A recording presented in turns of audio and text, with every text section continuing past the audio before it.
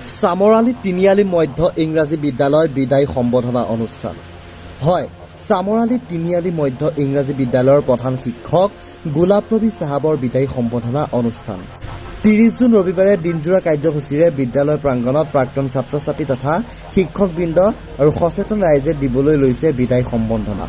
উক্ত বিদায় সম্বৰ্ধনা অনুষ্ঠানত সকলো প্ৰাক্তন ছাত্ৰ ছাত্ৰী সচেতন ৰাইজ উপস্থিত থাকিবলৈ অভ্যৰ্থনা সমিতিয়ে জনালে আহ্বান।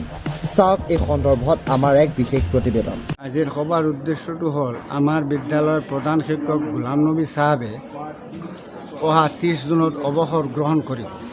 সেই উদ্দেশ্যে আমি এখন সভা পাতিছোঁ, অভ্যৰ্থনা সমিতি গঠন কৰিছোঁ, যাতে তেখেতৰ এই বিদায়ী সভাখন যাতে সুচাৰুৰূপে সকলোৱে মিলি তেখেতক সসন্মানে বিদায় দিয়ে, তাৰ বাবে আমি আমাৰ এই অঞ্চলৰ এক্স ষ্টুডেণ্টসকলক মাতি আনি এখন সভা পাতিছোঁ। আৰু যিখিনি এক্স ষ্টুডেণ্টক আমি জনাব বিচৰা নাই, আপোনালোকৰ যোগেদি তেখেতসকলক আমি আহ্বান কৰিছোঁ যেন অহা 30 জুনত তেখেতৰ বিদায়ী সভাত সকলোৱে অংশগ্ৰহণ কৰি তেখেতক দুৱা আৰু আশীৰ্বাদেৰে বিদায় দিয়ে, এইটো উদ্দেশ্য ৰাখি আজি কেতিয়া কোনটো তাৰিখত হ'ব? 30 জুনত। এইটো 30 জুনত।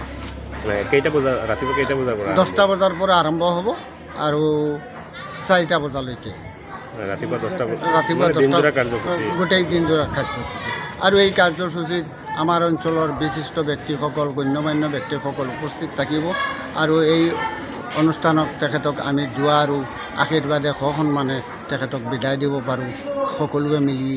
যিহেতু এইখন অঞ্চলত সুদীৰ্ঘকাল তেখেত চাকৰি কৰিছে, চাকৰি কালত বহুতো মানুহক, বহুতো ছাত্ৰ ছাত্ৰীয়ে তেখেতৰ ছাত্ৰ ছাত্ৰী আজি এই অঞ্চলত বিশেষ এটা অৰিহণা যোগাই আছে শিক্ষাৰ ক্ষেত্ৰত তেখেতৰ ছাত্ৰ ছাত্ৰী। সেইকাৰণে তেখেত এজন কৃতি শিক্ষক, আদৰ্শ শিক্ষক। গতিকে তেখেতক আমি সকলোৱে মিলি সসন্মানে বিদায় দিব বিচাৰিছোঁ। হোজাইৰ পৰা আব্দুল কালামৰ ৰিপৰ্ট, চুহানা লাইভ।